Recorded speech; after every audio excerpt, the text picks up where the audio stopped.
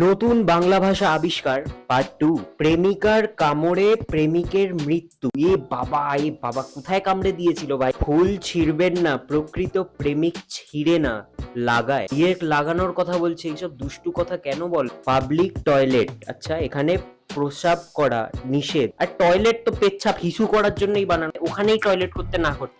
স্বাগতম। সিঁড়িতে ওঠা নামার সময় কফ, থুতু, সিগারেটের পুটকি, কাঠি ফেলবেন। Any problem? No problem.